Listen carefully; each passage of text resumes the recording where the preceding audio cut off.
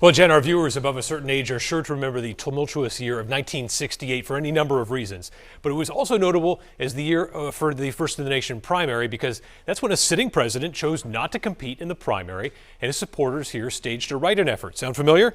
That president, Lyndon Johnson, barely got 50%. His challenger, Gene McCarthy, rode a wave of opposition to the Vietnam War to notch 42%. Just a couple of weeks later, Johnson announced he would not seek re-election.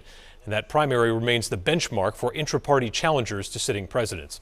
Now, in 2024, the political conditions here are very different than they were in '68, but the basic math still remains the same.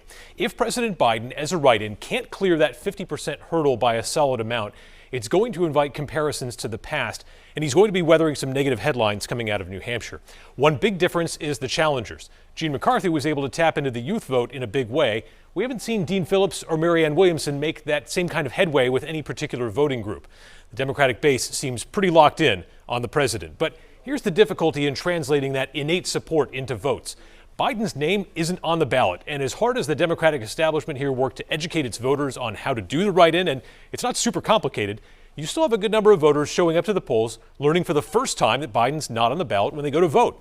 So it does add a hurdle. And talking to some of those voters today, they found this entire situation absurd. They think if there's a presidential primary, that the president, of course, should be on the ballot.